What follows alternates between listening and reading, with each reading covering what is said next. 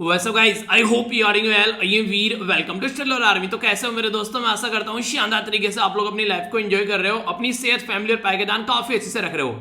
जिंदगी में अगर कुछ बातें आप लोगों ने इस तरीके से सीख ली तो आप लोगों की जो जिंदगी है वो काफी सुधरती हुई नजर आएगी। बोला गया कि अपनी गलतियों पर हंसो। अगर आप लोगों ने कोई गलती कर दी तो उसको हंसो, पर लेकिन हंसने के बाद में उसको छोड़ना नहीं है, पर उनसे कुछ सीखो भी कि फिर से ये गलती जो है वो रिपीट नहीं होनी चाहिए। अपनी तकलीफों का मजाक उड़ाओ, यानी कि आप लोगों को लगे यार पेट मतलब ये कि आज रनिंग करके आए तो यार बॉडी में दर्द हो रहा है, ठीक है, पर लेकिन उनको समझो भी कि किस तरीके से ये चीजें हो रही हैं ताकि उनको टैकल कर सको।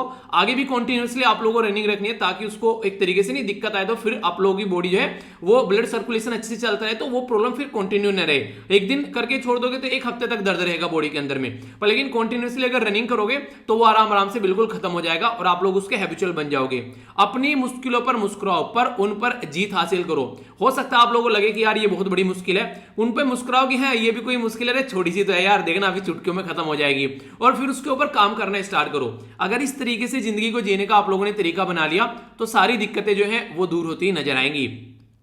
आज एक काफी प्यारी मुझे यहां पर ये पेंटिंग लगी, आज के ही द हिंदू न्यूज़पेपर के अंदर ये दे रखी है। वह एक बेटी है, यानी कि यहाँ पर बेसिकली जो नॉर्थ दिल्ली म्युनिसिपल कॉर्पोरेशन है उसके द्वारा एक पर्टिकुलर यहाँ पर ये एक पेंटिंग दिखाई गई है। ऊपर ना यहाँ पर हाईवे आप लोगों को देखने को मिलेगा, इसके नीचे यहाँ पर दिखाई गई है कि गर्ल्स एजुकेशन को बेसिकली प्रमोट किया जा रहा है। जिस तरीके से गर्ल्स एजुकेशन के बारे में हम लोग इस तरीके बड़े बड़े होर्डिंग देखते हैं, अगर रियलिटी में हम लोग गर्ल्स एजुकेशन को इस तरीके से प्रमोट करने लगे तो यार सोसाइटी में ना बहुत बड़ा इंपैक्ट आप लोगों को देखने को मिलेगा।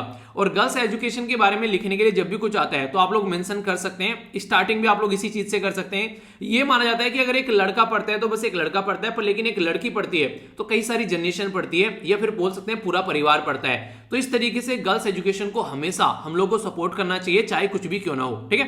तो ये बातें ध्यान रखना। बाकी आप लोगों को जहां भी लगे किसी को सपोर्ट करना है गर्ल्स को एजुकेशन के लिए, तो हमेशा उसको सपोर्ट कीजिए ताकि एक अच्छी सोसाइटी हम लोग बना सके। काफी प्यारा डिस्कशन रहेगा यार ये आज का। आप लोगों को छोटा सा काम बस करना है कि पेन और कॉपी लेकर बैठ जाइएगा, जहां जहां पर भी जो भी पॉइंट मैं मेंशन करूंगा उनको आप लोग नोट डाउन करते रहना। काफी डिटेल में, काफी सारे बैकग्राउंड के साथ में कुछ बहुत सारा स्टैटिक पोर्शन भी आप लोगों को कवर करूंगा।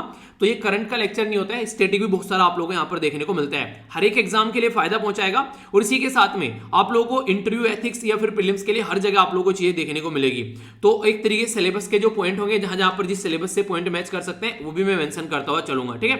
तो काफी अच्छे से काफी कुछ हम लोग डिस्कस करेंगे। और आज आप लोग बेसिकली क्या कवर करने वाले हैं, जैसे कि कई सारे बच्चे काफी शानदार तरीके से लिख रहे हैं। मॉर्निंग में इस वीडियो के नीचे आप लोग लिखा करो क्या आप लोग कवर करने वाले हैं पूरे दिन, और एंड तक आप लोग बताया करो शाम को जब नैनो मैगजीन आती है उसके अंदर कि क्या क्या आप लोगों ने कवर कर लिया। स्टार्टिंग में आप लोगों को थोड़ा सा लगेगा कि यार ये भी कोई एक्सरसाइज है क्या, एक बार कर तो देखो इसको, फिर आप लोग देखना पब्लिकली जब आकर लिखोगे आज ये डिसाइड करना है और शाम तक ये अचीव करना है, तो आप लोगों के अंदर का जो कॉन्फिडेंस है वो अलग ही लेवल का रहेगा। क्योंकि पब्लिकली आप लोगों ने कुछ पोस्ट किया है तो उसमें आप लोगों की एक रेस्पॉन्सिबिलिटी रहेगी। इसको एक बार काम को करके देखो, ठीक है। यहां पर कुछ चीजें पढ़ रहा था मैं, मेरे सामने कुछ ऑपरेशंस आए यहां पर, तो पहले आप लोगों को जल्दी से क्विकली कुछ ऑपरेशंस मैं बता देता हूं। खासकर जैसे बात करें इंटरपोल के ऑपरेशन है, ठीक है। तो ये जो इंटरपोल के ऑपरेशन अगर क्वेश्चन आप लोगों से बन जाए तो आप लोगों को इनके बारे में पता होना चाहिए। पहले थोड़ा सा आप लोगों को इंटरपोल के बारे में बता देता हूं कि इंटरपोल क्या है। इसको बोलते हैं यहां पर इसको बोलते हैं international criminal police organisation, short form में इसको इंटरपोल बोल देते हैं हम लोग। ये इसके अंदर टोटल 194 मेंबर है। इंपॉर्टेंट बात यहां पर यह है कि इंडिया भी इसका एक मेंबर है। ये पुलिस कोऑपरेशन की बात करती है। मान लीजिए हमारी कंट्री में कोई पर्टिकुलर पर्सन उल्टी सीधी हरकतें कर दूसरे देश में भाग गया, तो वहां की जो पुलिस है वो कोऑपरेट करेगी, तो इंटरपोल के थ्रू यहां पर हम लोग कनेक्शन कर सकते हैं, ठीक है। तो क्राइम को कंट्रोल करने का काम करती है इस तरीके से।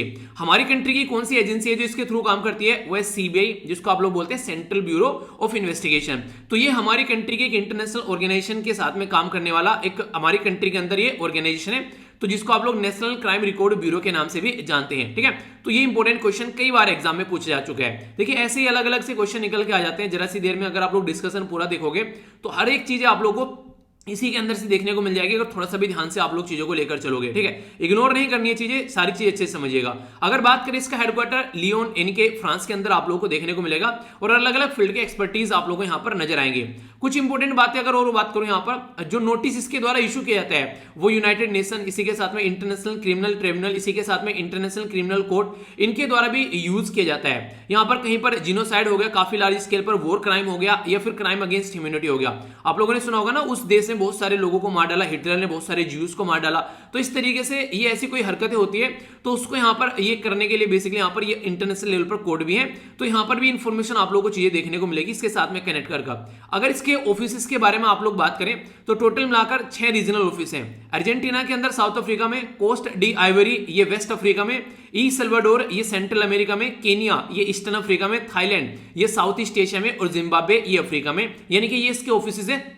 कई बार क्या होता है, आप लोगों से किसी ऑर्गेनाइजेशन के बारे में बात कर लेते हैं, ठीक है, तो आप लोगों को बोल देंगे बताइए इसके ऑफिस कहां कहां पे है, तो इस तरीके से क्वेश्चन बन जाते हैं। अगर बात करें यहां पर तो इसको फॉर्म किया गया था 1923 में, और इससे पहले जो ऑर्गेनाइजेशन थी, ऐसा नहीं है पहले स्टार्टिंग में इंटरपोल बन के आया, तो यहां पर पहली थी यहां पर फर्स्ट थी यहां पर इंटरनेशनल, जो इसको बोलते हैं क्रिमिनल पुलिस कांग्रेस, जिसको 1914 में बनाया गया।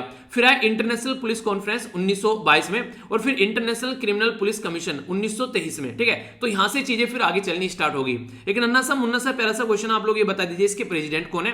बाकी इसके द्वारा यहां पर ये कई सारे नोटिस जो है ये इशू किए जाते हैं, red, green, blue, yellow, black, orange और पर्पल, और यहां पर इंटरपोल जो है बेसिकली जो एक तरीके से यूएनएससी का जो स्पेशल नोटिस होता है, तो इनके बारे में कई बार एग्जाम में आप लोगों से क्वेश्चन पूछे गए हैं। तो रेड नोटिस किसके लिए होता है, ये सारे इसके बारे में आप लोग याद रखिएगा। रेड नोटिस जो होता है वांटेड पर्सन है कोई, अगर ये पर्सन बेसिकली भाग गया है उसके बारे में बात करते हैं। येलो है मिसिंग पर्सन के बारे में, ठीक है। एडिशनल इंफॉर्मेशन के बारे में बात करें तो ये वाला देखने को मिलेगा। इंपॉर्टेंट इसलिए भी है, अभी आप लोगों ने देखा मेहुल चोकसी और नीरव मोदी, इनके नाम की जब बात आई तो रेड नोटिस यहां पर देखने को मिला जो कि इशू किया गया, ठीक है। तो यहां पर इनको बेसिकली वांटेड पर्सन है, हमारे देश में वापस लेकर आना है। इसी के साथ में किसी पर्टिकुलर पर्सन की अनआइडेंटिफाइड बॉडी मिल गई तो पता होना चाहिए किस देश का है यहां पर ये, तो उसके बारे में यहां पर बात करते हैं। ग्रीन नोटिस जो यहां पर वार्निंग के बारे में बात करते हैं, इंटेलिजेंस से रिलेटेड यहां पर खासकर अगर बात करें यहां पर ये ऑरेंज जो नोटिस है ये इम्यून थ्रेट के बारे में बात कर, वो इमिनेंट थ्रेट के बारे में बात करते हैं, पता चला एक थ्रेट आ रही है तो उसको समझ सके। ये यहां पर पर्पल है, इसको बोलते हैं मोडस ऑपरेंडाई। अगर इसको आप लोग समझना है यहां पर तो पर्पल नोटिस में बेसिकली क्या होता है, एक तरीके से यहां पर इंफॉर्मेशन रहती है मोडस ऑपरेंडाई, एक प्रोसीजर, ऑब्जेक्टिव, डिवाइस या फिर एक तरीके से हाइडिंग प्लेस जो यूज किया जाता है क्रिमिनल एक्टिविटीज के लिए, तो ये सारी चीजें इसके अंदर देखने को मिलेगी। और लास्ट वन क्या है यहां पर, ये है ये यहां पर बेसिकली इंफॉर्मेशन, एक तरीके से इन्फॉर्म करना इंटरपोल के मेंबर को इंडिविजुअली आप लोग बोल सकते हैं, फिर एंटिटी के थ्रू की सब्जेक्ट टू यूएन सैंक्शन, कि यूएन के द्वारा सैंक्शन लगा दिया, तो यहां पर एक यूएन के नोटिस के थ्रू भी यहां पर चीजें देखने को मिलती हैं। तो टोटल मिलाकर 8 ये ऐसे यहां पर इंटरपोल के नोटिस हैं जिनसे अलग अलग एग्जाम में अलग अलग क्वेश्चन पूछे जा चुके हैं कि बताइए किसके लिए। आप लोगों से पूछ लेगा कि बताइए कि वांटेड पर्सन के लिए कौन सा नोटिस इशू किया जाता है, तो रेड नोटिस हो गया, ठीक है। एमिनेंट थ्रेट आ रही है तो कौन सा यहां पर देखने को मिलेगा, ऑरेंज नोटिस हो गया, तो इसके बारे में बेसिक इंफॉर्मेशन रखिएगा। तो कई बार क्वेश्चन पूछे जाते हैं, इसलिए मुझे लगा कि एक जगह इकट्ठा करके सारी चीजें आप लोगों को बता देता हूं। अब इंटरपोल की अगर ऑपरेशन के बारे में आप लोगों से बात करूं तो आप लोगों ने देखा अभी कोविड-19 के चलते भी इसके ऑपरेशन सामने निकल कर आए, जैसे कि ऑपरेशन पेंजिया 14, ये ऑपरेशन निकल कर आया जिसमें फेक यानी कि फालतू की जो दवाइयां बेची जाएगी ऑनलाइन, खासकर अगर बात करें हम लोग कोविड-19 के लिए, तो इसको टैकल करने की कोशिश की गई।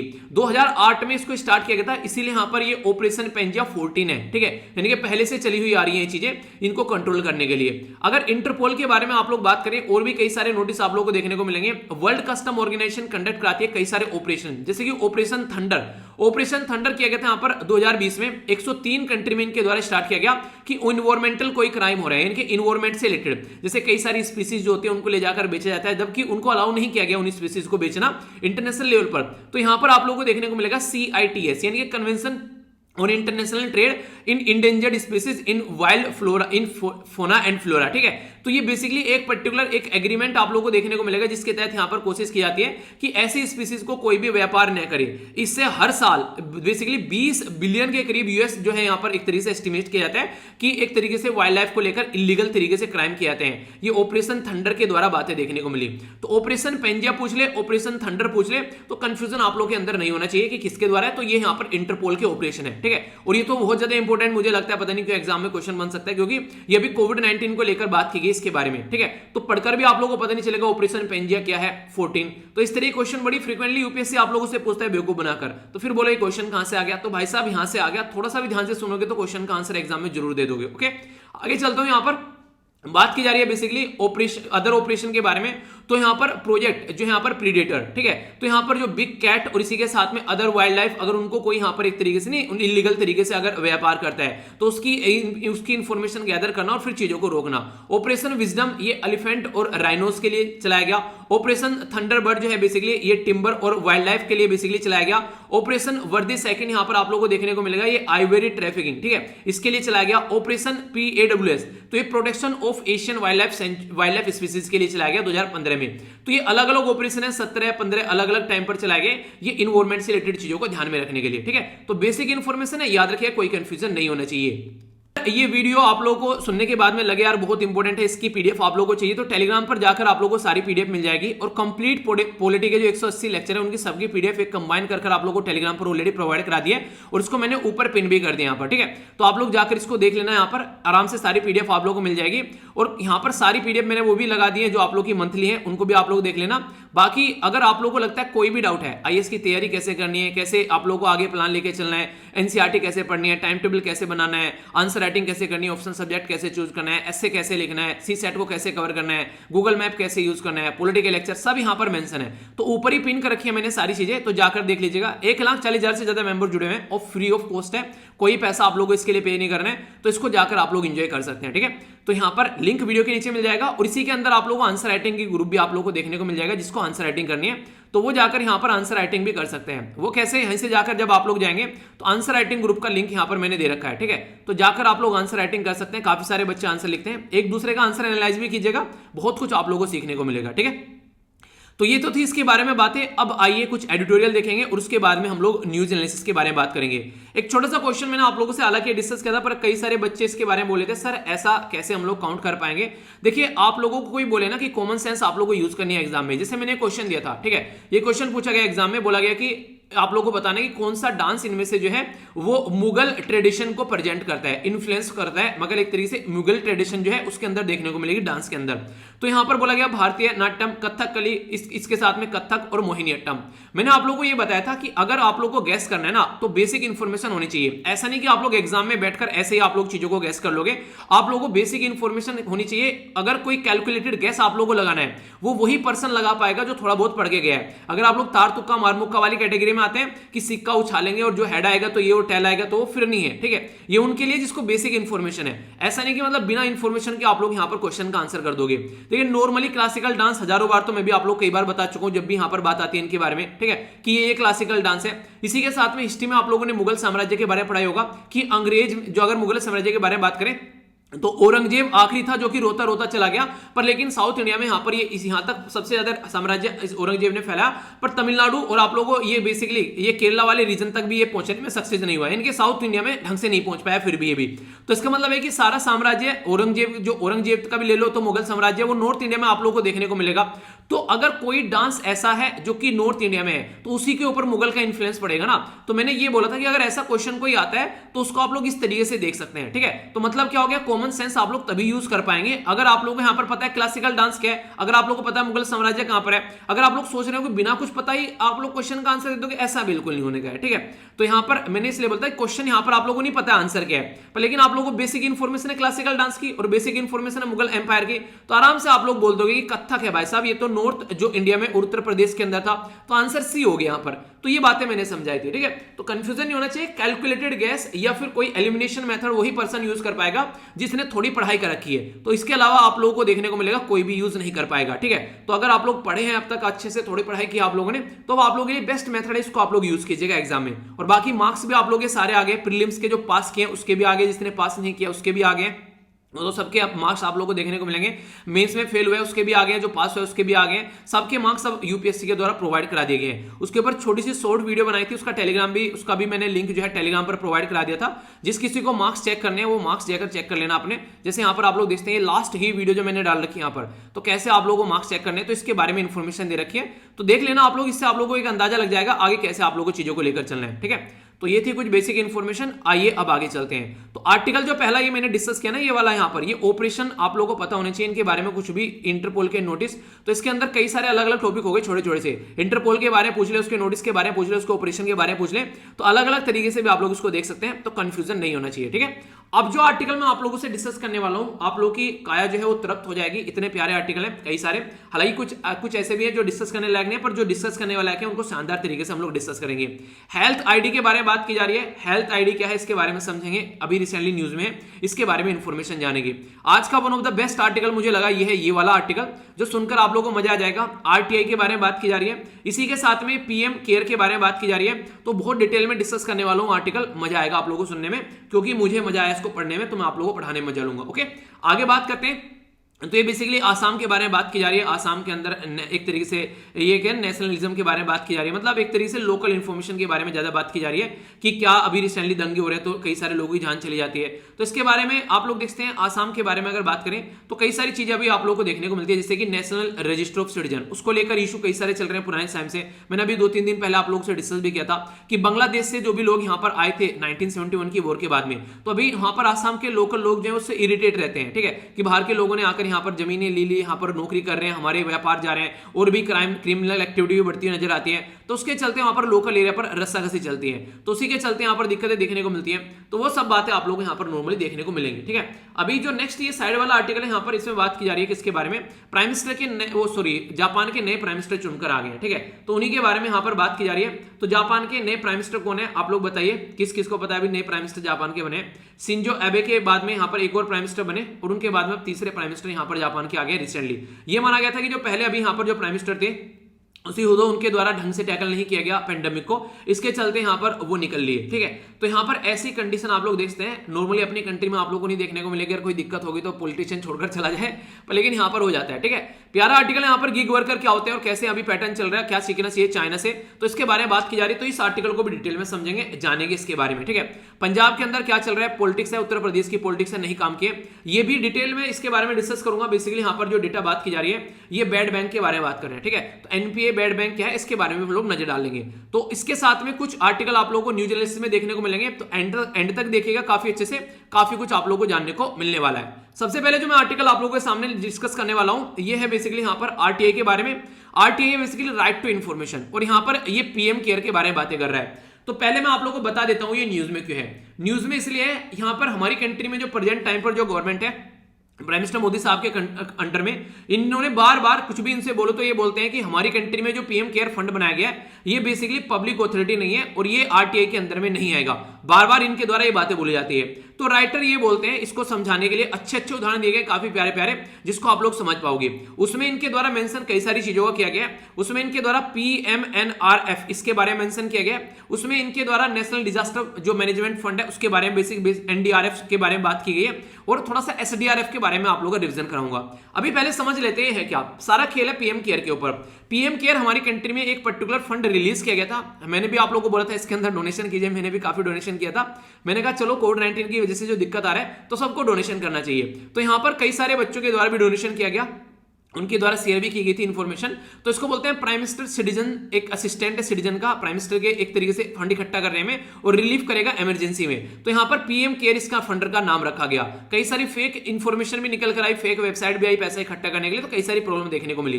28 मार्च में इसको लॉन्च किया गया, जब हमारी कंट्री में कोविड-19 के चलते दिक्कतें देखने को मिली थी, ताकि टैकल किया जा सके। सबसे इंपॉर्टेंट बात तो ये सुनिएगा, आप लोगों को आर्टिकल में भी चीजें देखने को मिलेगी। प्राइम मिनिस्टर जो है वो चेयरपर्सन है इस ट्रस्ट के, पहली बात। दूसरा इसके अंदर जो मेंबर है वो है डिफेंस मिनिस्टर, होम मिनिस्टर और फाइनेंस मिनिस्टर, वो इसके मेंबर हैं। तीसरी इंपॉर्टेंट बात माइक्रो डोनेशन है, यहां पर ये याद रखेगा, मिनिमम 10 रुपए तक भी आप लोग डोनेट कर सकते हो। चौथी इंपॉर्टेंट बात जो डिजास्टर मैनेजमेंट और रिसर्च के लिए यहां पर बोला गया था, इसको यूज किया जाएगा कोविड-19 के चलते। पांचवी इंपॉर्टेंट बात यहां पर पीएम केयर जो है वहां पर बोला गया कि अगर कोई इनकम टैक्स पे करता है और पीएम केयर में वो पैसा पे कर देता है तो उसके ऊपर इनकम टैक्स नहीं लगेगा, उसको एग्जेम्प्ट किया जाएगा 80G फॉर्म से, ठीक है, ये बोला गया, ठीक है। तो यहां से एग्जेम्पशन मिलेगा 80G फॉर्म के थ्रू। पीएम जो यहां पर बोला गया कि यहां पर बेसिकली यहां पर नेक्स्ट में बोला गया मिनिस्ट्री ऑफ कॉर्पोरेट अफेयर के द्वारा बोला गया कि कॉर्पोरेट सोशल रेस्पॉन्सिबिलिटी के थ्रू यहां पर एक तरीके से जो आप लोगों को पैसा पे करना पड़ता है, अगर वो आप लोग यहां पर पैसा दे रहे हैं तो सीएसआर के थ्रू उसको काउंट किया जाएगा। मतलब क्या है, जो कंपनी होती है, जैसे हम लोग हमारा डोनेशन करें इंडिविजुअल, तो कंपनी जो डोनेशन देती है तो उसके बारे में बात की जा रही है। अगर बात करें पीएम केयर जो है वो बोला गया कि डिफरेंट है यहां पर किससे, prime minister national relief fund. ये प्राइम मिनिस्टर जो हमारी कंट्री के जवाहरलाल नेहरू जी थे उनके द्वारा ये फंड बनाया गया था 1948 में। तो एक क्वेश्चन भी आप लोगों से बन सकता है क्योंकि कई बार न्यूज में आ चुके हैं। तो यहां पर इस फंड को यूज किया गया, जैसे कि फ्लड हुई यहां पर हमारी कंट्री में, नॉर्थ इंडिया में बाढ़ आई, ठीक है, केरला के अंदर फ्लड देखने को मिली, तो कई जगह इसको यूज किया गया। तो फंड जो था फर्स्ट कंसोलिडेटेड फंड हमारी कंट्री में निकल कर आया वो था ये वाला फंड, जिसको जिसको बोला गया जिसको यहाँ पर क्रिएट किया गया था जवाहरलाल नेहरू जी के द्वारा। तो इस फंड के बारे में आप लोग याद रखिएगा, क्वेश्चन भी आप लोगों से पूछा जा सकते हैं यहाँ पर। एक तरीके से इसके अंदर के क्वेश्चन भी आप लोगों से कई बार पूछे गए हैं यहाँ पर कि ये फंड जो है वो कैसे क्रिएट किया गया, ये फंड जो है वो किससे रिलेटेड है, इसके अंदर मेंबर कौन कौन है। तो इस तरीके कई सारे छोटे छोटे क्वेश्चन आप लोगों से पास्ट में पूछे गए। तो अगर कोई भी क्वेश्चन ऐसा कोई आप लोगों से निकल के आए आगे, तो मुझे नहीं लगता है कि आप लोगों को उसके लेकर अब कंफ्यूजन होना चाहिए, क्योंकि इसको मैंने डिटेल में कई बार आप लोगों को पढ़ा भी दिया और आप लोगों को कई बार रिवीजन भी करा दिया इसको लेकर, ठीक है। तो ये तो बेसिक इंफॉर्मेशन हो गई जो मैंने आप लोगों को बताई है। अब आर्टिकल में क्या कह रहा है वो काफी प्यारा है, इंटरव्यू भी क्वेश्चन आप लोगों से पूछा जा सकता है और कई तरीके से बातें बन सकती हैं आप लोगों के लिए। आरटीआई क्या होता है हमारी कंट्री में, एक नियम है, एक कानून है जिसको बोलते हैं राइट टू इन्फॉर्मेशन, ठीक है। कुछ इंपॉर्टेंट बातें पहले आरटीआई के बारे में बता दो आप लोगों को। आरटीआई कहता है राइट टू इन्फॉर्मेशन, राइट मतलब हक, जिस तरीके से फंडामेंटल राइट है ना संविधान के अंदर, जब आप लोग जाएंगे आर्टिकल 12 से लेकर आर्टिकल 35 तक आप लोगों को फंडामेंटल राइट देखने को मिलते हैं। कौन से पार्ट में पता है ना, ये पार्ट 3 में संविधान के अंदर में। तो ये जो आर्टिकल है पार्ट 3 में संविधान के अंदर में, इसमें राइट टू इक्वलिटी के बारे में बात करता है आर्टिकल 14 से लेकर आर्टिकल 18, राइट टू फ्रीडम के बारे में आर्टिकल 19 से लेकर article 22, right against exploitation article 23 article 24, important है याद रहे। आर्टिकल 24 है किसके बारे में, ये बेसिकली चाइल्ड लेबर को रोकने की बात करता है, ठीक है। राइट टू फ्रीडम के बारे में बात करेंगे रिलीजन के, तो आर्टिकल 25 जरूर याद रखिएगा, आर्टिकल 25 से लेकर 28। कल्चर और एजुकेशनल राइट आर्टिकल 29 और आर्टिकल 32 आप लोगों को देखने को मिलेंगे। और राइट टू कॉन्स्टिट्यूशनल, यहां पर कॉन्स्टिट्यूशनल रेमेडीज, यानी कि अगर आप लोगों के हक जो है उनका हनन होता है तो आप लोग डायरेक्ट यहां पर हाई कोर्ट या फिर आप लोग सुप्रीम कोर्ट के अंदर जा सकते हैं। तो ये भी चीजें आप लोगों को देखने को मिलेगी। तो यहां से ये हक आप लोगों को मिल जाते हैं, ये इसको बेसिकली ये कॉन्स्टिट्यूशनल रेमेडीज बोलते हैं। अब एक इंपॉर्टेंट क्वेश्चन जो रिसेंटली अभी क्वेश्चन आप लोगों से एग्जाम में पूछा गया, पता नहीं कौन से पीसी से पूछा गया था, आई थिंक यहां पर ये अभी शायद हरियाणा पीसीएस या फिर आसाम कोई से के अंदर ये क्वेश्चन आया यहाँ पर, ठीक है, कि राइट टू प्रॉपर्टी जो है हमारी कंट्री में ये पहले फंडामेंटल राइट हुआ करता था, पर लेकिन हुआ क्या, हमारी कंट्री में एक अमेंडमेंट किया गया जिसको बोला 44th कॉन्स्टिट्यूशन अमेंडमेंट। ये कब हुआ था, ये होता 1978 में। तो इसको यहां से हटा दिया गया, राइट टू जो प्रॉपर्टी है आर्टिकल 31 में था तो यहां से डिलीट कर दिया और फिर इसको यहां से हटा के इसको एक तरीके से एक क्या बना दिया गया, एक तरीका लीगल राइट यहां पर इसको बना दिया गया। तो ये 44th कॉन्स्टिट्यूशन अमेंडमेंट किया गया। अब क्वेश्चन आप लोगों को ये बताना है कि यहां पर इसको किस आर्टिकल में रखा गया आगे ले जाकर, ठीक है। ये मैंने आप लोगों को बताया भी था, इसके ऊपर क्वेश्चन पूछ लिया गया। तो आर्टिकल कौन से में रखा गया यहां से निकालकर इसको, ये आप लोगों को क्वेश्चन अब बताना है, ठीक है। तो ये सारी चीजें आप लोग रिवाइज कर लीजिएगा, ओके। तो अभी यहां पर बेसिकली ये क्या हो गया, मैंने आप लोग क्या बताया यहां पर कि हमारी कंट्री में अगर आप लोग बात करिए तो फंडामेंटल राइट बना दिया गया आर्टिकल 19 के तहत राइट टू इन्फॉर्मेशन को। तो याद रखिएगा आर्टिकल 19 के तहत यहां पर आरटीआई आ गया और आर्टिकल 19 किसकी कैटेगरी में आता है कि एक तरीके से राइट टू फ्रीडम के बारे में आता है। तो यानी कि आप लोगों को फ्रीडम है, आप लोगों को हक है यार, आप लोगों को इन्फॉर्मेशन मिलनी चाहिए। और 1976 में Rajnarayan versus state of Uttar Pradesh का जब केस आया, सुप्रीम कोर्ट ने किया कि right to information will be treated as fundamental right. ये बिल्कुल ऐसे ही जैसे आप लोगों ने अभी देखना 2017 में एक केस आया जिसको बोला केस पुत्तास्वामी केस। तो के एस पुत्तास्वामी केस में क्या बोला गया, उसमें बोला गया कि प्राइवेसी जो है वो फंडामेंटल राइट है हमारा, और वो किस आर्टिकल के अंदर आती है, आर्टिकल 21 के अंदर आती है। ऐसे यहां पर बोल दिया गया Rajnarayan versus state of Uttar Pradesh case के थ्रू कि देखिए हमारी कंट्री में जो है बेसिकली राइट टू इन्फॉर्मेशन क्या है, वो फंडामेंटल राइट है। तो यहां पर ये चीजें निकल कर आ गई, तो इसके चलते ये कई बार न्यूज में रहता है। तो इसके बारे में बेसिक इन्फॉर्मेशन आप लोग रखिए। तो सुप्रीम कोर्ट के द्वारा जो लोग देखिए हमारे देश में रहते हैं तो कम से कम उनको इन्फॉर्मेशन रहेगी, तो तभी तो वो लोग कुछ डिसीजन ले पाएंगे, तभी तो चीजें आगे बढ़ पाएंगे। तो इसके चलते सुप्रीम कोर्ट के द्वारा बोला कि इंडियन डेमोक्रेसी और जो पीपल है वो मास्टर है बेसिकली डेमोक्रेसी के, तो उनको पता होना चाहिए कि गवर्नमेंट क्या कर रही है, क्योंकि गवर्नमेंट में जो नुमाइंदे बैठे हैं वो जनता के नौकर है, क्योंकि हमारे बिहाफ पे वहां पर बैठे हैं और हम ही को बातें नहीं बता रहे, यानी कि मालिक को नौकर नहीं बता रहे कि वो क्या कर रहे हैं। तो नौकर को तो सारी बातें बतानी चाहिए मालिक को, तो हम लोग मालिक हो गए। तो इसके चलते यहां पर बोला गया था सुप्रीम कोर्ट ने कि यहां पर इस तरीके की चीजें होनी चाहिए कि जनता को सारी बातें बतानी चाहिए। ये जो एक्ट है यहां पर 2005 में लेकर आया गया, ठीक है। तो यानी कि 2005 में ये एक्ट लेकर आया गया, तो जिसके चलते यहां पर बोला कि आप लोगों को देश के अंदर ये सारी चीजें बेसिकली आरटीआई के नाम पर ये सारी चीजें आप लोगों को देखने को मिली। तो इंपॉर्टेंट क्या है, जनता तक अगर इंफॉर्मेशन पहुंचेगी तभी तो चीजें आगे चलेगी। एक इंपॉर्टेंट इंफॉर्मेशन और याद रख लेना यहां पर, बेसिकली ये हालांकि मैं कई बार रिपीट करता रहता हूं, रेगुलर सुनेंगे तो याद हो जाएंगे आप लोगों को। ये freedom of information act, freedom of information act आप लोगों को देखने को मिलेगा। ये था 2002 का। इससे पहले यहां पर ये बेसिकली रिप्लेस ही करके ये आरटीआई और आरटीआई के थ्रू यहां पर रिप्लेस किया गया इसको, जब ये वाला एक्ट यहां पर आया नया आरटीआई वाला, ठीक है। तो ये इसके बारे में बेसिक इंफॉर्मेशन है। इवन मुझे याद आ रहा है एक बार राजस्थान पीसीएस का जो प्रीलिम्स था उसके अंदर ये तक पूछ लिया गया था कि इसको इनेक्ट कब किया गया था। तो इनेक्ट किया गया था यहां पर 15 जून को 2015 में, और इसको बेसिकली इंप्लीमेंट कब किया गया था यहां पर, ठीक है। तो यहां पर ये किया था 12 अक्टूबर 2005 में, ठीक है। तो यहां पर 15 अक्टूबर 2005 में, सॉरी 15 जून 2005 में इनेक्ट किया गया और 12 अक्टूबर 2005 में इसको बेसिकली इंप्लीमेंट किया गया, ठीक है। तो इसके बारे में बातें, तो कुछ बेसिक इन्फॉर्मेशन अगर कोई पूछे तो कंफ्यूजन नहीं होना चाहिए। अब मैं पूरा आप लोगों को आर्टिकल के अंदर बेसिकली अब हम लोग खेलेंगे आर्टिकल के अंदर, आर्टिकल में क्या क्या बातें कर रही हैं, काफी कुछ आप लोगों को जानने को मिलेगी। गवर्नमेंट के द्वारा क्लेम किया गया पीएम केयर फंड जो है नोट पब्लिक ऑथोरिटी, और ये एक तरीके से बोला गया राइटर के द्वारा ये अनएक्सेप्टेबल है कि अगर इस तरीके से आप लोग उसको पब्लिक ऑथोरिटी नहीं मान रहे हैं। रीजन क्या है, जो बड़े प्यारे प्यारे रीजन दिए गए वो आप लोग सुनिएगा, सुनकर आप लोगों को कई सारी बेसिक इंफॉर्मेशन भी जानने को मिलेगी और आप लोगों का जो नहीं थोड़ा सा माइंड का लेवल भी बढ़ेगा सोचने के लिए। पहली बात तो यहां पर ये बोली गई, देखिए अगर आज के डेट में बात करें, मैंने आप लोगों को अभी बताया कि प्राइम मिनिस्टर जो फंड है यहां पर, ये पीएम केयर फंड, इसके अंदर हमारी कंट्री में कौन कौन से मिनिस्टर है, डिफेंस मिनिस्टर, होम मिनिस्टर और फाइनेंस मिनिस्टर, ठीक है, और प्राइम मिनिस्टर इसके चेयरपर्सन है।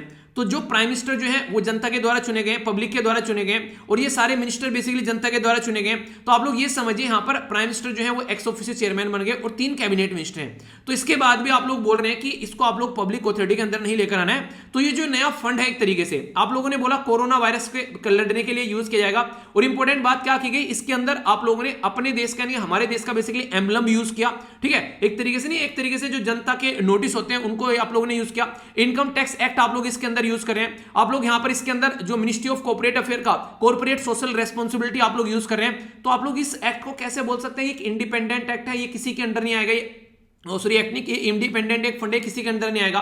सबसे इंपॉर्टेंट बात यहां पर यह बोला जाता है कि यार ये ना जो एक फंड बनाया गया था जवाहरलाल नेहरू जी के द्वारा, इसके ऊपर कई बार कमेंट भी किए जाते हैं कि ये भी तो इसके अंदर नहीं आता है, ये आरटीआई के अंदर ये भी नहीं आता है। तो ये बात बोली गई। तो अगर पीएम केयर फंड की, अगर आप लोग पीएम केयर फंड को अगर बात करें यहां पर इस पर्टिकुलर फंड के साथ में prime minister national relief fund, तो आप लोगों को यहां पर इसमें कंफ्यूजन नहीं होना है। अगर प्राइम मिनिस्टर जो ये वाला फंड है जो सबसे पहले हमारी कंट्री में प्राइम मिनिस्टर पंडित जवाहरलाल नेहरू जी के द्वारा बनाया गया था, उसमें इंपॉर्टेंट बातें क्या है यहां पर, उसकी इंपॉर्टेंट बातें आप लोगों से क्वेश्चन की फॉर्म में पूछा जा सकते हैं। तो जो बताने जा रहा हूं थोड़ा सा ध्यान से सुनिएगा, इससे आप लोगों के माइंड में और क्लैरिटी भी आएगी।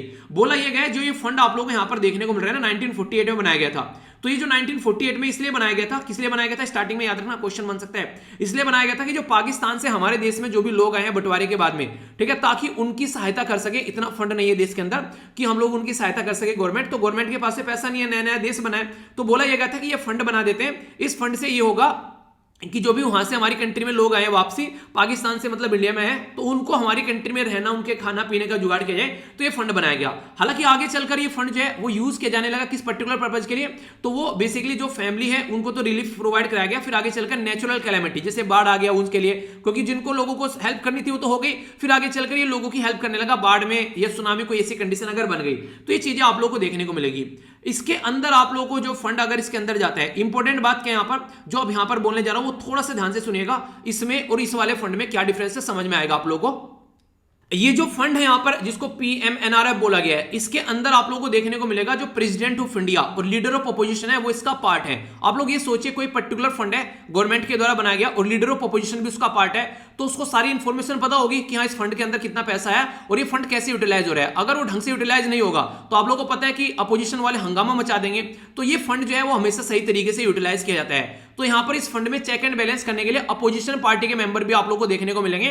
तो इसलिए ये फंड काफी इंपॉर्टेंट हो जाते हैं। यहां पर आराम से इसके अंदर जो पैसा आ रहा है उसके बारे में सबको पता रहेगा, खासकर जब अपोजिशन को पता है और गवर्नमेंट को पता है तो और क्या चाहिए। अब अपोजिशन अपना काम करेगी क्या फंड गलत तरीके से यूटिलाइज ना हो जाए, तो चेक एंड बैलेंस का काम अपोजिशन करेगी। तो ये फंड काफी इंपॉर्टेंट है इसलिए। तो यहां पर अगर बात करें, अगर पीएम केयर के अंदर इसके अंदर कोई भी अपोजिशन पार्टी का मेंबर नहीं है। सोचिए आप लोग यहां पर इसके अंदर डिफेंस मिनिस्टर है, होम मिनिस्टर, फाइनेंस मिनिस्टर है और इसके अंदर प्राइम मिनिस्टर यहां पर ट्रस्टी एक तरीके चेयरमैन बने बैठे हैं। तो यहां पर अपोजिशन के कुछ पता ही नहीं है इसके अंदर फंड कहां पर है, कहां से निकल कर आ रहा है और जनता का पैसा इकट्ठा कर लिया यहां पर। तो इसको कैसे यूज करोगे आप लोग ये तो बता दो। इसको टैक्स के एग्जेम्पशन में आप लोग ला रहे हैं, टैक्स नहीं लगेगा जो लोग देंगे, तो आप लोग गवर्नमेंट के रूल और रेगुलेशन भी यूज करें, कंट्री के जो एक्ट भी यूज कर रहे हैं। तो ये आप लोगों ने बताया। एक और फंड के बारे में यहां पर बात की है, उसको बोलते हैं basically national disaster management fund, ठीक है। तो जिसको बोलते हैं national disaster, basically national disaster response fund. तो जैसा नेशनल डिजास्टर रेस्पॉन्स फंड है जिसको बोलते हैं हम लोग क्या बोलते हैं, उसको बोलते हैं एनडीआरएफ। तो एनडीआरएफ है यहां पर, उसी के बेस पर एसडीआरएफ बनाया गया। तो ये वाला जो फंड है उस वाले फंड को हम लोग बात करें तो उसमें जो पैसा आएगा वो कहां पर जाता है, वो जाता है कंसोलिडेटेड फंड ऑफ इंडिया में। यानी कि वहां का जो पैसा है वो कंसोलिडेटेड फंड ऑफ इंडिया में जाएगा। और कंसोलिडेटेड फंड ऑफ इंडिया में आर्टिकल में कौन से आर्टिकल में आता है, मैंने आप लोगों को इसके बारे में बताया था, याद रखना। आर्टिकल 266 जो है वो कंसोलिडेटेड फंड ऑफ इंडिया के बारे में बात करता है, कई बार पूछा जा चुका है। और आर्टिकल 267 जो है यानी कि 267 जो है, आर्टिकल 267 कंटिजेंसी फंड के बारे में बात करते हैं। ये कंसोलिडेटेड फंड के बारे में, कंटिजेंसी फंड के बारे में। तो 13 फाइनेंस कमीशन के द्वारा इसके बारे में बातें बताई गई थी। अब 13 फाइनेंस कमीशन के बारे में मैंने डिटेल में डिस्कस किया था आप लोगों से, बताइए कौन है यहां पर। तो यहां पर बोला ये गया है ये वाला जो फंड है यहां पर ये बेसिकली किसके अंदर आएगा, ये कंसोलिडेटेड फंड ऑफ इंडिया के अंदर जाएगा। और इंपॉर्टेंट बात क्या है, ऑडिट कौन करता है उस फंड को, उसको controller and auditor general of India audit करते हैं। अब मान लीजिए यहां पर हम लोग बात करें पीएम केयर ना तो आरटीआई के अंदर आप लोगों ने लाया, ना कोई अपोजिशन का मेंबर इसके अंदर, ना इसको जो आज की डेट में बात करें कैग जो है वो ऑडिट कर सकते हैं क्योंकि एक तरीके से इसको इंडिपेंडेंट रख दिया गया है। तो फिर ये पैसा आ रहा है तो ये पैसा जाएगा कहां, जो जनता से आप लोगों ने इतना पैसा ये ले लिया है, जनता से इतना पैसा आप लोगों ने इकट्ठा कर लिया है, तो किस लिए किया है ये पैसा इकट्ठा, जब जनता को नहीं बता रहे हो आप लोग, इसका ऑडिट नहीं कर रहे हो, अपोजिशन वाले भी इसके अंदर नहीं है, तो आप लोग किस बेस पर इसको लेकर चल रहे हो। हमारी कंट्री के प्राइम मिनिस्टर जिसको हमने वोट देकर बनाया वो यहां पर इसका पार्ट बने बैठे, तीन यहां पर मिनिस्टर बना बैठे, तो किस तरीके से आप लोग इस फंड को लेकर चल रहे हो। तो आप लोग बोल कैसे सकते हो कि ये पब्लिक फंड है ही नहीं है जब इसमें हमारी कंट्री की गवर्नमेंट बनी बैठी है, ठीक है। तो ये बातें यहां पर बोलेगी, तो ये एक तरीके से आप लोगों का क्या मानना है इसमें, अगर इस तरीके से देखकर चलेगी कैसे इसको लेकर चलना चाहिए। अब कुछ बेसिक बातें मैं आप लोगों को बताऊंगा आरटीआई के बारे में कि आरटीआई में कहां पर इसको रखने के लिए बोला जा रहा है। आरटीआई में एक सेक्शन है यहां पर जिसको 2H बोलते हैं, तो इसके बारे में बात की जा रही है। तो 2H के अंदर भी बात करते हैं यहां पर किसको यूज कर सकते हैं, देखते 2H के अंदर आता है पब्लिक ऑथोरिटी, मींस की ऑल ऑथोरिटी, जो ऑल बॉडीज यहां पर यूनियन गवर्नमेंट और स्टेट गवर्नमेंट या लोकल बॉडीज के अंदर आती है वो यहां पर इसके अंदर देखने को मिलेगी, जो डायरेक्टली या फिर इनडायरेक्टली सेंट्रल गवर्नमेंट के द्वारा या स्टेट गवर्नमेंट के द्वारा फंड किया जाता है, तो आरटीआई के अंडर में आना चाहिए उसको। तो इस तरीके से आप लोग देख सकते हैं यहां पर ये इसको आरटीआई के अंदर लाने की बात कहते हैं। गवर्नमेंट के द्वारा यहां पर एक तरीके से मेंटेन करना चाहिए कि इंफॉर्मेशन डिस्क्लोज अपने आप हो जाए, जनता को मांगनी ना पड़े, ये सारी आरटीआई के अंदर बात बोलते हैं। इसी के साथ में सेक्शन 6 आरटीआई का वो ये बोलता है कि प्रोसीजर सिंपल होना चाहिए, लोगों को इन्फॉर्मेशन लेने का ऐसा नहीं कि उनको प्रॉब्लम झेलनी पड़ रही है इन्फॉर्मेशन लेने के लिए, तो ये भी होना चाहिए, ठीक है। तो यहां पर जो भी ऑफिसर रहते हैं इन्फॉर्मेशन प्रोवाइड कराने के लिए एक टाइम फ्रेमवर्क कहता है कि इन्फॉर्मेशन प्रोवाइड कराएं, यानी कि पूछा अब है और 5 साल बाद इन्फॉर्मेशन दे रहे हैं, ऐसा नहीं होना चाहिए। ओनली मिनिमम इन्फॉर्मेशन एग्जाम्प्ट कर सकते हैं, देश की सिक्योरिटी के बारे में कोई बात करे, ऐसी कोई चीजें निकल कर आ रही है तो उनको आप लोग छूट दे सकते हैं, पर लेकिन ऐसा नहीं है, इन्होंने तो पूरा इसको पीएम केयर को ही अलग रख दिया उठाकर। सेक्शन 20 जो है यहां पर बोलता है कि पेनल्टीज आप लोग लगा सकते हैं अगर इंफॉर्मेशन प्रोवाइड कराने में फेल हो गए या फिर इनकम्प्लीट या फिर मिसलीडिंग कोई इंफॉर्मेशन प्रोवाइड कराई गई। सेक्शन 23 यहां पर क्या बात करता है, ये इंपॉर्टेंट है, थोड़ा क्वेश्चन बन सकता है, सुनिएगा ध्यान से।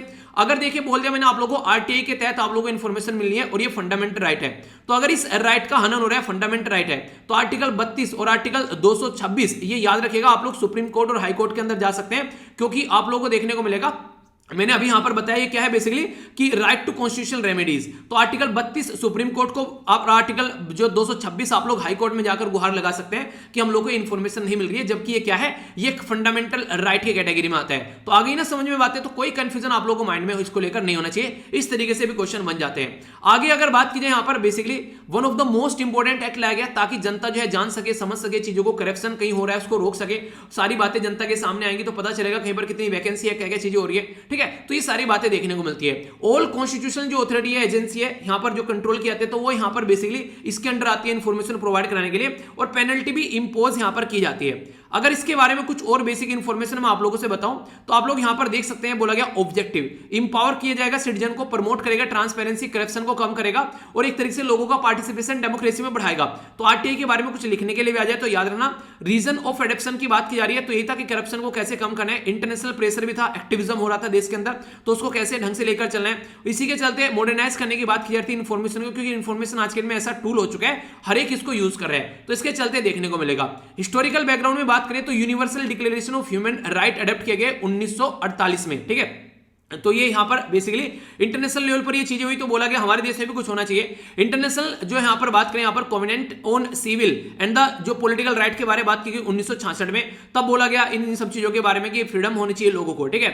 अगर बात करें यहां पर थॉमस जेफरसन, इनके द्वारा एक टर्म यूज की गई, information is currency of democracy, यानी कि जो डेमोक्रेसी है, जो जनता का रूल है, उसके अंदर इंफॉर्मेशन एक करेंसी, अगर उसका ही नहीं पता रहेगा तो कैसे काम चलेगा, तो ये बातें यहां पर निकल कर आई, तो इसको आप लोग समझ सकते हैं। इंडियन पार्लियामेंट के अंदर फिर राइट टू इंफॉर्मेशन एक्ट निकल कर आया, एक यहां पर राइट टू लॉ, जो यहां पर अगर बात करें, यहां पर जो राइट टू इंफॉर्मेशन लॉ था स्टार्ट किया गया 1986 में हमारे देश में, सुप्रीम कोर्ट के द्वारा यहां पर ये है मिस्टर यहां पर Kulwal versus Jaipur municipal corporation में भी यहां पर डायरेक्ट किया गया, freedom of speech and expression provide करे आर्टिकल 19 के तहत, और एक मैंने अभी आप लोगों को केस बताई दिया।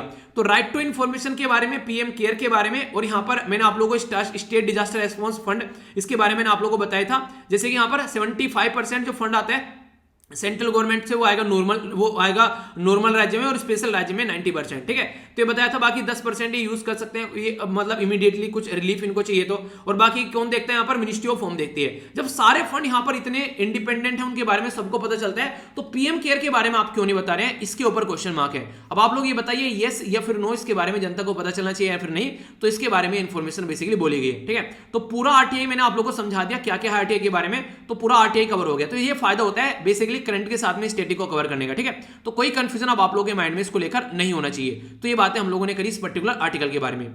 नेक्स्ट जो आर्टिकल आने वाला है, ये बात करेगा गिग वर्कर के बारे में। सबसे पहले आप लोगों को समझना चाहिए कि गिग इकोनॉमी क्या होती है, क्योंकि गिग इकोनॉमी के बारे में पढ़ेंगे तो आप लोग गिग वर्कर समझ पाएंगे।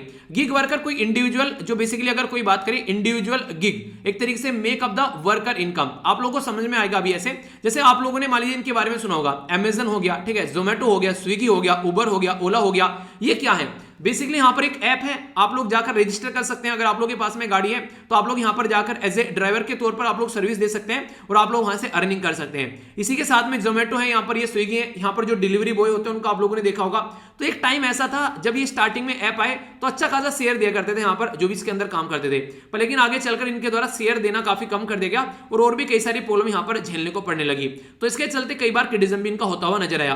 तो यहाँ पर वर्कर और जो एम्प्लॉय है वो एक तरीके से टेक्नोलॉजी के थ्रू एक दूसरे के साथ में मिलते हैं, एक दूसरे से इंडिपेंडेंट रहते हैं। Gig worker are independent contractor. ठीक है, तो यहां पर कुछ ऐसा नहीं रहता है कि अगर आप लोग चाहे, आप लोगों के पास में कोई भी अगर मान लीजिए वहां से ऑनलाइन आप लोगों ने रजिस्टर की ओला या फिर उबर, आप लोगों के पास में मैसेज आया, आप लोग उसको डिक्लाइन भी कर सकते हैं। ऊपर कोई मालिक बैठा हो बोलेगा नहीं, आप लोगों ने डिक्लाइन को कर दिया। ठीक है, तो ये है बेसिकली इंडिपेंडेंट वर्कर रहते हैं, अपने हिसाब से काम करते हैं। तो इसके अंदर बेनिफिट क्या है, एक तरीके से जॉब दुनिया भर की मिल गई। ठीक है, फ्लेक्सिबिलिटी हो गई, काम करने के अपने हिसाब से कर सकते हैं, लोगों को एक्सेस होने लगी सर्विस, और एक तरीके से लोगों को सस्ती सर्विस मिलने लगी जब यहां पर ये चीजें निकल गई। पर लेकिन कुछ बुरी बातें भी देखने को मिलेगी, इनकंसिस्टेंसी सर्विस में कई बार देखने को मिलती है। पता चला आप लोगों ने रजिस्टर किया, अब यहां पर कोई बोलने वाला तो इनका नहीं, ये नहीं लेकर आए, तो फिर क्या कर लोगे, फीडबैक दे सकते हो, बस आप लोग उस पर कोई काम करेगा तो चीजें होंगी, वरना नहीं होगी। ठीक है, इसी के साथ में यहाँ पर जो सर्विस प्रोवाइडर है यहाँ पर, तो आप लोगों को देखने को मिलेगा वहां पर कई बार दिक्कत देखने को मिलती है। तो पार्टनर आर्म यहाँ पर एक twisted by the service provider, यानी कि एक तरीके से यहां पर दिक्कत देखने को मिलती है। जो ओला ऐप है, ओला उबर ऐप है, तो यहां पर जो इसके साथ मिलकर काम करें उनको कई सारी दिक्कतें देखने को मिलती है। इसके अंदर कोई कुछ बोलने वाला भी नहीं है। डिफिकल्ट रहती है यहां पर ट्रस्ट टू सर्विस एक तरीके से प्रोवाइड कराने वाले, क्योंकि एक तरीके से कोई आप लोग देखने को मिला इंडिपेंडेंट है यहां पर एक तरीके से। ठीक है, तो क्या पता कौन कैसा पर्सन लेकर आ रहा है, खाना आप लोगों ने मंगाया, क्या पता उसको एक तरीके चेक कर रहा है खोलकर, बीच में खा पी कर तब लेकर आ रहा है। कई सारी ऐसी वीडियो वायरल भी हुई थी, आप लोगों ने देखा होगा। ठीक है, तो ऐसी हरकतें भी देखने को मिलती है। तो यहां पर कई सारे चैलेंज आते हैं गवर्नमेंट के सामने भी। एक तो अनरेगुलेटेड है, कोई इसको अब तक टैकल ही नहीं कर पा रहा है। जैसे नहीं स्टार्टिंग में कोई नई चीज आ जाती है, समझ में नहीं आ रहा कैसे लेकर चले। जैसे संविधान के अंदर जाएंगे, 7वें शेड्यूल में 3 लिस्ट है, एक को बोलते हैं आप लोग सेंट्रल लिस्ट, दूसरे को बोलते हैं स्टेट लिस्ट और तीसरे को बोलते हैं कॉन्करेंट लिस्ट। अब कुछ सब्जेक्ट सेंटर के अंदर आ गए कि हाँ इसके ऊपर लॉ बनाओ, स्टेट के अंदर आ गए इसके ऊपर लॉ बनाए, कॉन्करेंट में आगे दोनों मिलकर लॉ बनाओ। पर लेकिन पता चला कि ऐसी चीजें आ गई कि पता ही नहीं चल रहा है कि उसको कहां पर रखना है। ठीक है, तो बातें निकल कर आती है, तो उसको बोलते हैं हम लोग रेजिड्यू सब्जेक्ट। तो नए सब्जेक्ट निकल कर आगे तो नॉर्मली सेंट्रल गवर्नमेंट के अंदर आते हैं। कौन सा आर्टिकल है यहाँ पर जो इसके बारे में बात करता है, आप लोग को याद है, याद रखना 2-4 आर्टिकल जो है यहाँ पर ये रेजिड्यू सब्जेक्ट के बारे में बात करते हैं कि सेंट्रल गवर्नमेंट के अंदर आएंगे अगर कोई भी ऐसा नया सब्जेक्ट निकल कर आता है। ठीक है, तो यहाँ पर इसको रेगुलेट करना काम जो बेसिकली सेंट्रल गवर्नमेंट का होना चाहिए, उसको जल्दी से जल्दी उसको रेगुलेट किया जाए। ठीक है, कोई पॉलिसी नहीं है, कोई टैक्स स्ट्रक्चर नहीं है प्रॉपर वे में, और यहाँ पर काफी ज्यादा आप लोगों को देखने को मिलेगा एक्सपोनेंशियल ग्रोथ हो गई है। एक्सपोनेंशियल ग्रोथ के बारे में अगर मैं बात करूं, फिलहाल आज की डेट में बहुत ह्यूज लेवल पर यहाँ पर ग्रोथ देखने को मिली है। दुनिया भर के लोग इसके अंदर काम कर रहे हैं आज के डेट में, तो इसलिए जरूरी हो गया इसके ऊपर फोकस दिया जाए। ठीक है, तो ओला उबर है, पहले स्टार्टिंग में अच्छा खासा इंसेंटिव दे रहे थे। ठीक है, तो इसकी वजह से चीजें सही चल रही थी, आगे चलकर इन्होंने कम करना स्टार्ट कर दिया। आज की डेट में यहां पर 100,000 ऑफ लोग आप लोगों को काम करते हुए नजर आएंगे। ठीक है, तो इसके चलते फिर यहां पर पहले ऐसा था few claim to earn the 1 lakh रुपए पर मंथ, यानी कि 1-1 लाख रुपए भी लोगों ने यहां पर कमाए स्टार्टिंग में। पर आज की डेट में लाले पड़ गए इनकी जिंदगी चलाने के भी। आज की डेट में ये सारी चीजें उल्टी हो गई यहां पर, तो एक तरीके से ना उनको फायदा मिलता है। ठीक है, बहुत ही ज्यादातर तो मैक्सिमम यही कट कर लेते हैं, एक तरीके से आप लोग ऐसा बोल सकते हैं। तो जिस तरीके से बढ़ रही है चीजें यहां पर, तो काफी लार्ज स्केल पर आने वाले टाइम में बोला जा रहा है 70 मिलियन के करीब जो गिग वर्कर जॉब आप लोगों को देखने को मिलेगी 8 से 10 साल के अंदर में। तो इसको रेगुलेट करना काफी ज्यादा जरूरी हो गया है, और अलग अलग फील्ड में आप लोगों को देखने को मिलेगी। जहां पर आज के डेट में आप लोग अगर अर्बन क्लैप आप लोग डाउनलोड करते हैं तो घर में इसी की सर्विस कर जाएगा बंदा अपना। ठीक है, इवन बाल आप लोग घर पर बैठे बैठे कटवा सकते हैं, आप लोगों को इंस्ट्रूमेंट खराब हो गया वो सही करवा सकते हैं। तो अर्बन ऐप ये कंपनी आ गई। पर लेकिन अभी साउथ इंडिया की आप लोगों ने मूवी देखी होगी, वो बंदा बड़ी सही मूवी बनाता है, उसने पहले ऐसी मूवी बनाई थी थी मोबाइल डेटा को लेकर, ठीक है। अभी एक ऐसी ऐप के ऊपर बनाई है कि यहाँ पर अगर कोई इनको हैक कर ले तो अभी एक नहीं उसमें दिखाया गया कि कई सारे मोहल्ले में चोरी हो जाती है, तो वो वाली चीजें भी देखने को मिलती है। तो ये ऑनलाइन सिस्टम आप लोग यूज करें, सतर्क भी रहना है, इनका कोई नेगेटिव इंपैक्ट आप लोग की लाइफ में ये डालकर न जाए। तो ये काफी इंपॉर्टेंट है, इसके बारे में बात करनी चाहिए। अभी हुआ क्या, सितंबर 20 2021 में Indian federation of app based जो ट्रांसपोर्ट वर्कर है उनके द्वारा जो कि behalf of the gig worker एक पीआईएल फाइल की गई सुप्रीम कोर्ट के अंदर में कि यूनियन गवर्नमेंट को जो यहां पर पेंडेमिक के चलते यहां पर भी काफी ज्यादा दिक्कत देखने को मिली कई सारे वर्कर को, तो गिग वर्कर को बोला गया प्लेटफॉर्म जो वर्कर है अनऑर्गेनाइज जो वर्कर उनको बेसिकली डिक्लेयर कर देना चाहिए। अगर इनको अनऑर्गेनाइज वर्कर डिक्लेयर कर देते हैं तो अनऑर्गेनाइज वर्कर्स जो यहां पर सोशल सिक्योरिटी एक्ट के तहत इनको सिक्योरिटी प्रोवाइड कराई जाएगी। तो इसके चलते जो जोमेटो, स्विगी या फिर ओला, उबर, इनमें सब में जो भी वर्कर काम कर रहे हैं तो इनको इसका काफी ज्यादा फायदा देखने को मिलेगा। तो ये बातें यहां पर बोली गई, तो इसको इंप्लीमेंट करने की बात की गई, तो इसको लेकर आगे चलने की बात की जा रही है। अनऑर्गेनाइज का मतलब क्या होता है, व्हाट इज अनऑर्गेनाइज या फिर इनफॉर्मल सेक्टर, तो याद रखिएगा स्मॉल या फिर स्कैटर्ड जो भी यहां पर यूनिट होती है उसको बोला जाता है जिनके लिए रूल, और एक तरीके से बात करें यहां पर एक तरीके से जो रूल्स होते हैं, रेगुलेशन जो होते हैं वो ज्यादातर फॉलो नहीं किए जाते हैं। मान लीजिए पर्टिकुलर कोई पर्सन है, ठीक है, वो कहीं पर ठेला लगा रहा है, ठीक है, या फिर किसी ने घर में कोई छोटी सी फैक्ट्री लगा ली है, ठीक है, तो इस तरीके से देख सकते हैं। तो यहां पर इनको ओवर टाइम काम करना पड़ता है, पेड लीव, एक तरीके से पेड लीव नहीं मिलती इनको कि छुट्टी मार ली तो आज की रोजी रोटी गई, ठीक है, छुट्टी नहीं मार सकते किसी भी तरीके से, ठीक है, इसी तरीके से बीच में छोड़कर नहीं जा सकते, बीमार भी है तो भी काम करना पड़ता है, तो सिक्योरिटी नहीं रहती है, ठीक है। तो एक तरीके से आप लोग बोल सकते हैं यहां पर ये ऐसा भी है कि अगर इनका मन करे तो ये घर पर बैठे रहे, कोई इनको बोलने वाला नहीं है, ऊपर नहीं बैठा है, तो ऐसे भी देखने को मिलेगा, ठीक है। गली में कई बार आप लोगों ने देखा होगा कई सारे सामान बेचते हुए या फिर रिपेयर करते हुए चीजों को नजर आते हैं, तो ये सारे रहते हैं यहां पर इस तरीके से। फार्मर भी अगर वर्क करते हैं ऑन देयर ओन तो हायर किया जाता है लेबर के तौर पर, तो आप लोगों को देखने को मिलेगा सिमिलर कैटेगरी में आते हैं। तो अलग अलग कैटेगरी में आप लोग यहां पर देखने को मिल जाएंगे। इंडिपेंडेंट कॉन्ट्रैक्ट हो गया, कंसल्टेंट हो गया, फ्री एजेंट हो गया, टेम्परेरी कोई इसी के साथ में यहां पर जो यहां पर आउटसोर्स करने वाला एम्प्लॉय, जैसे मैं बोलूं आप लोगों को मुझे पीडीएफ बनाकर आप लोग दे दो, तो मान लीजिए आप लोगों को 2 घंटे लग रहे हैं, तो 2 घंटे का आप लोग उसके हिसाब से मान लीजिए आप लोगों को रिवेन्यू मिल जाए, ठीक है। तो आप लोग ऐसा है कि वो काम 2 घंटे में निपट गया, अब पूरे दिन में आप लोग अपनी पढ़ाई करो या फिर कोई और भी काम कर लो, तो कोई बोलने वाला नहीं है। तो इंडिपेंडेंट तरीके से फ्रीलांस और पार्ट टाइम वर्कर की तरीके से भी यहां पर आप लोगों को देखने को मिलता है। तो गिग वर्कर बेसिकली इनको बोला गया है। तो इसी के चलते यहां पर जो गिग वर्कर के बारे में पूछे तो देखना कि घंटे के बेस पर या फिर पार्ट टाइम जॉब की कैटेगरी में आते हैं, ठीक है, कोई स्टैंडर्ड फॉलो नहीं कहते हैं, तो नॉन ट्रेडिशनल इंप्लॉय की कैटेगरी में इनको रखा गया। तो ये एक तरीके से जो वर्क है यूजुअली टेम्परेरी कंप्लीट जो with in the stability time में बोला गया कि code on the social security 2020 जो लाया गया उसके अंदर इनको डिफाइन किया गया। तो बोला यह जा रहा है कि अभी यहां पर अनऑर्गेनाइज की कैटेगरी में इनको लेकर आओ ताकि इनको और भी ज्यादा बेनिफिट मिल सके, ठीक है। तो यहां पर इस तरीके से बोला गया। तो एक गिग जो वर्कर है टर्म अम्ब्रेला है, इसके अंदर दुनिया भर के और आप लोगों को चीजें देखने को मिल जाएगी। तो आगे ना, तो चाइना में भी क्या किया गया, जो कंपनी थी उनके द्वारा सपोर्ट प्रोवाइड कराई गई गिग वर्कर्स को, तो उसके चलते बोला गया हमारे देश में भी इनको सपोर्ट प्रोवाइड करानी चाहिए गिग वर्कर्स को ताकि चीजों को टैकल किया जा सके। तो पॉलिसी चेंज करने का टाइम आ गया, इससे पहले कि ये चीजें बहुत ज्यादा आगे बढ़े। तो चाइना में भी ऐसा किया गया, तो ऐप बेस्ड कंपनी थी, खासकर चाइना में आप लोगों को पता होगा क्या हुआ था। चाइना के अंदर अब जब कोरोना वायरस आया वुहान सिटी के अंदर, तो पूरी वुहान सिटी को बेसिकली इनके द्वारा बंद कर दिया गया था चाइना के अंदर। तो वहां पर सारी सर्विस जो है टोटली ए टू जेड वो सारी ऑनलाइन सर्विस प्रोवाइड कराई गई, खाना जा रहा है, पानी जा रहा है, दूध जा रहा है, ठीक है, सारी चीजें ऑनलाइन उनके घरों में पहुंचाई गई। तो इसके चलते यहां पर एक कई सारी कंपनी उभर कर आ गई। तो यहां पर जो गिग वर्कर बन गए तो बोला गया उनको ढंग से चीजों को यूटिलाइज करना चाहिए। तो उसकी वजह से यहां पर ये आर्टिकल न्यूज में आया, ठीक है। तो बेसिक इन्फॉर्मेशन थी सारी, कोई कंफ्यूजन आप लोगों के माइंड में नहीं होना चाहिए। तो गिग वर्कर के बारे में अगर कोई आप लोगों से पूछ ले तो इसके बारे में आप लोग याद रखिएगा। वैसे मैंने आप लोगों को एक पर्टिकुलर ई श्रम पोर्टल के बारे में आप लोगों को बताया था, याद होगा, ठीक है। तो वो भी याद रखिएगा, रिवीजन कर लिया करो यार चीजों का, जो भी चीजें पढ़ाता हूं ऐसा नहीं कि आप लोग आगे बढ़ते रहो पीछे का भूलते रहो, तो इसका कोई मतलब नहीं रह जाता है, ठीक है। तो चीजों को अच्छे से कवर करो तभी आप लोग चीजों को ज्यादा लंबे समय तक याद भी रख पाओगे, ठीक है। तो बेसिक इन्फॉर्मेशन है। आइए अब आगे चलते हैं। कुछ यहां पर एक सबसे पहले थोड़ा सा आप लोग का ये जो डेटा पॉइंट है उसके बारे में बात कर लेता हूं। डेटा पॉइंट में क्या बात की जा रही है उसको थोड़ा समझिएगा, ठीक है। डेटा पॉइंट, एक सेकंड, ठीक है। यहां पर बात की जा रही है बैड बैंक के बारे में। बैड बैंक बेसिकली होता क्या है, बैड बैंक वो बैंक होता है जो एनपीए को रिकवर करता है। एनपीए क्या बोलते हैं, इसको बोलते हैं नॉन परफॉर्मिंग एसेट्स, यानी कि अगर बैंक से किसी ने लोन लिया और फिर पता चला कि वो दब गया, मर गया, खराब हो गया, ठीक है, तो वो वापस नहीं आ रहा है। तो कोविड-19 के चलते काफी सारी ऐसी दिक्कतें देखने को मिली। तो बैड बैंक यहां पर काफी सारे रीजन से आप लोगों को सामने आएंगे निकलकर, जिसके चलते इसको बोला गया कि काम में ला सकते हैं हम लोग। इसके चलते बोला गया आज के दिन में एनपीए जो है, एग्जिस्टिंग एनपीए जो है 8.3 लाख करोड़ आप लोगों को देखने को मिलेगा जो कि डूबा हुआ है। तो कैसे उसको इसको रिकवर किया जाए तो वो समझने वाली बात है, क्योंकि बैंक कैसे सर्वाइव कर पाएंगे अगर एनपीए इस तरीके से यहाँ पर चलता रहेगा। यानी कि बैंक काम कैसे करता है, हम अपना पैसा बैंक में रखते हैं तो बैंक उसको फिर लोन पे देता है, उससे पैसा कमाता है, तो यहाँ से जो पैसा कमाता है वो यहाँ पर बैंक अपने वर्कर, अपना सिस्टम, अपने एटीएम, अपनी बिजली बिल, प्रिंट सब उनको यूज कर बचा कुछ पैसा हमको दे देता है जो हमारा इंटरेस्ट बनता है। तो ये पर्टिकुलर प्रोसीजर आप लोगों को देखने को मिलेगा। पर लेकिन अगर बैंक डूबना स्टार्ट हो जाए तो कैसे काम चलेगा, तो उसी के बारे में बात की जा रही है। तो अभी यहाँ पर काफी लार्ज स्केल पर बैड लोन, यहाँ पर industry, personal loan, service, agriculture, कई जगह बैड लोन देखने को मिला।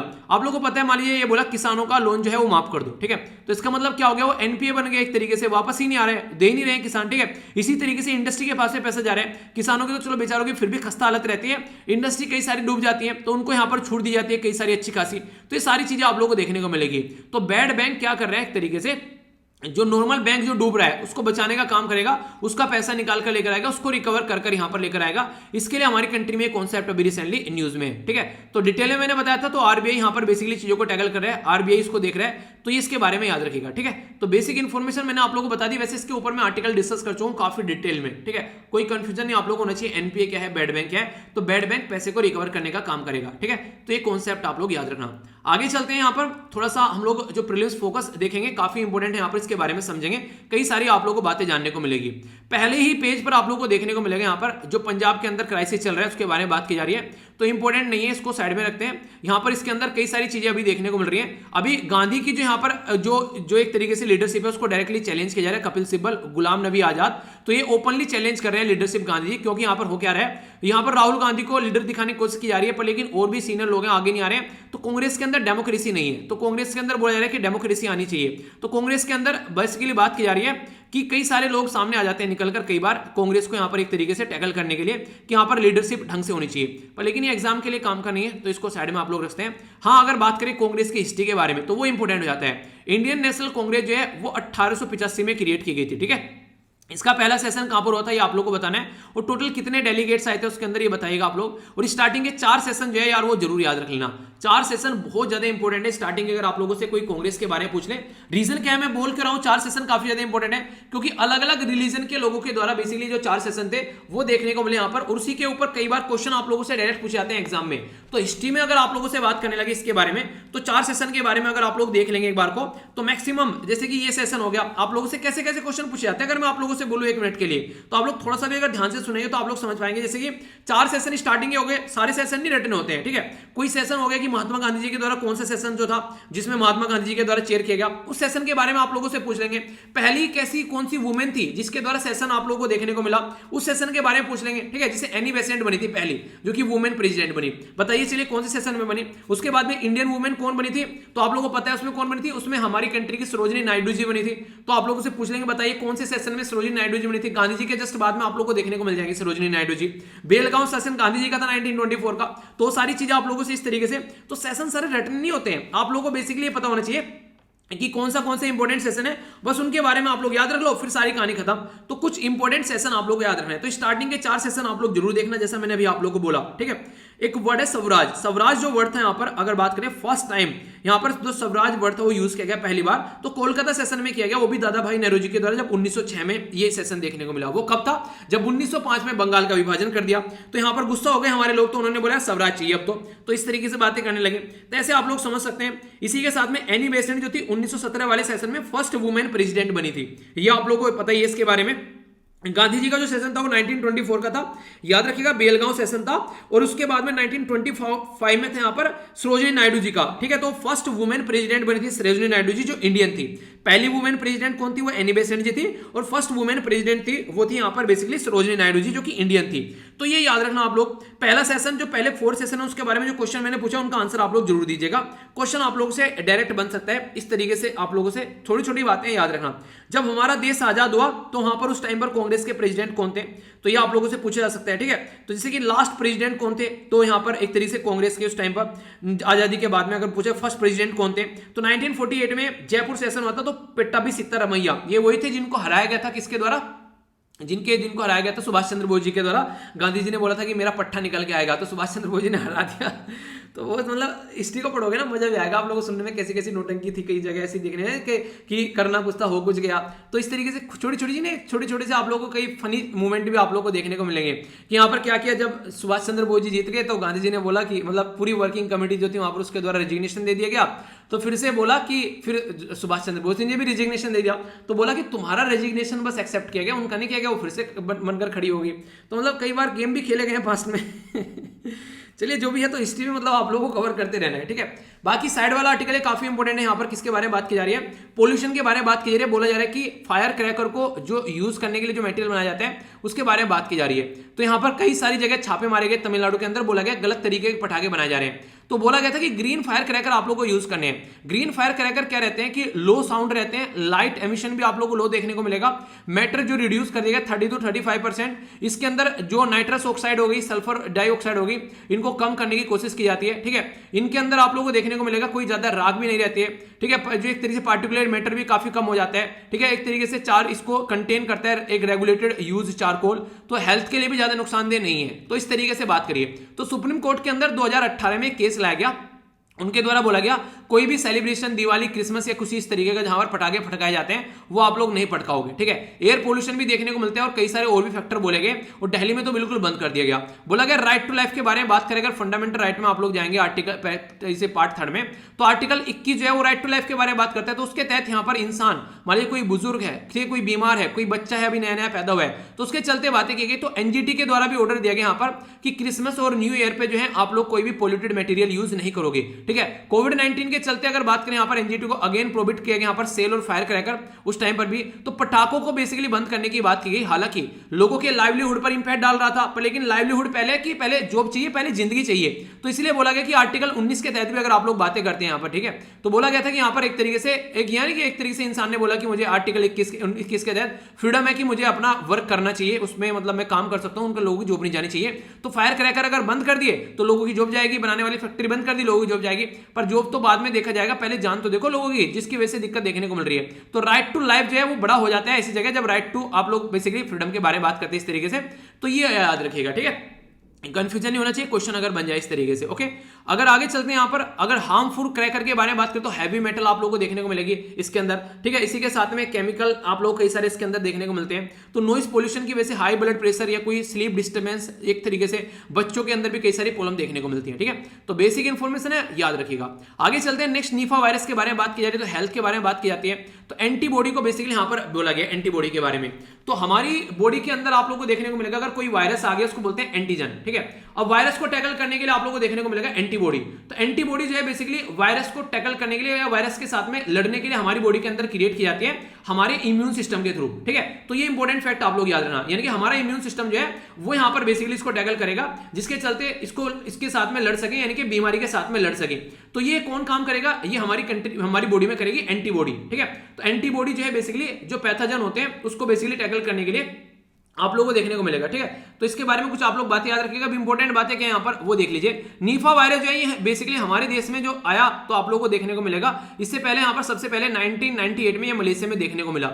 इसमें नेचुरल जो इसका होस्ट है वो है यहाँ पर कौन? ये है बेसिकली ये फ्रूट बैट, ठीक है। तो ये चमगादड़ आप लोगों को देखने को मिलेगा। नेचुरल होस्ट का मतलब क्या होता है? इसके अंदर ये वायरस पाया जाता है। अब बाहर निकल के आएगा इंसानों को पहुंच जाएगा वो एक अलग बात है, नुकसान पहुंचाएगा, पर नेचुरली इसके अंदर ये पाया जाता है, ठीक है। तो इसलिए यहाँ पर अगर ये कुछ फल फ्रूट्स खाता है और वो इंसान खा लेते हैं तो कहानी खत्म होगी। इसी के साथ में मान लीजिए यहाँ पर कोई ये जानवरों के थ्रू ही पहुंचा जा सकता है। तो एक जूनोटिक बीमारी है। जूनोटिक बीमारी वो बीमारी होती है जो जीव जंतुओं से जानवरों में पहुंच जाती है, तो उसको जूनोटिक बीमारी बोलते हैं। अभी हमारी कंट्री में यहाँ पर वेस्ट बंगाल के अंदर 2001 में इसको नोटिस किया गया, ठीक है। इसी के साथ में आप लोगों को देखने को मिलेगा अलग अलग एरिया में कई सारे केसेस इसके निकल कर आए निफा वायरस के। अभी फिलहाल रिसेंटली केरला के अंदर आप लोगों ने देखा होगा, ठीक है, कई सारे इन्फेक्टेड केस आप लोगों को देखने को मिले।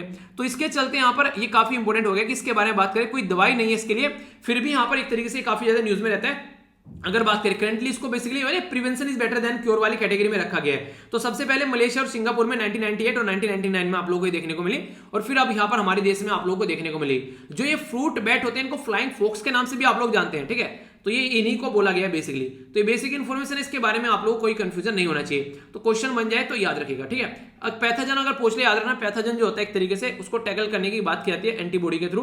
तो बॉडी में से गलत चीजों को निकालना, तो एंटीबॉडी अगर रहेगी तो सही रहेगा। तो बोला गया नीफा एंटीबॉडीज जो है वो फाउंड की गई है बैट के अंदर, यानी कि दवाई भी अब यहीं से निकल के आ जाएंगी। तो अच्छी बात ये है, ठीक है। आगे चलते हैं, यहां पर बेसिकली बोला जा रहा है पीएम पोषण के बारे में। तो पोषण अभियान हमारे देश में यूज स्टार्ट किया गया था, तो आप लोगों से क्वेश्चन बन सकता है, ठीक है। तो इसके बारे में याद रखिएगा कैसे हेल्प करनी है यहां पर लोगों की खाने के लिए। तो स्कीम लॉन्च की गई थी हमारे कंट्री में, तो पोषण अभियान यहां पर बेसिकली बोला गया, ठीक है। तो PM overseas scheme of for holistic nourishment, तो सही पोषण और देश रोशन, ये इसकी थीम भी रखी गई। तो जच्चा बच्चा बच्चों के ऊपर सब जगह फोकस दिया गया, कितने सारे लोगों को फायदा पहुंचेगा।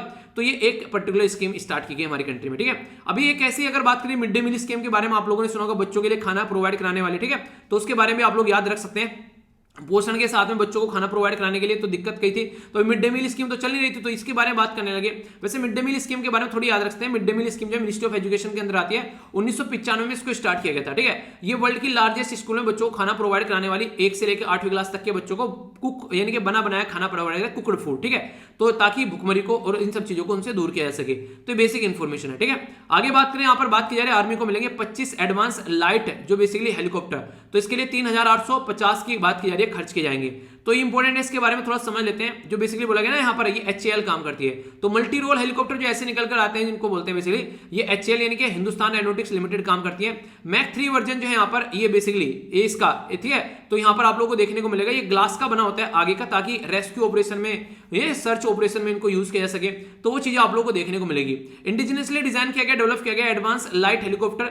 तो यहाँ पर ट्विन इंजन मल्टी जो मिशन के लिए न्यू जनरेशन हेलीकॉप्टर जो है 5.5 टन तक का यहाँ पर आप लोगों को देखने को मिलेगा वेट, ठीक है।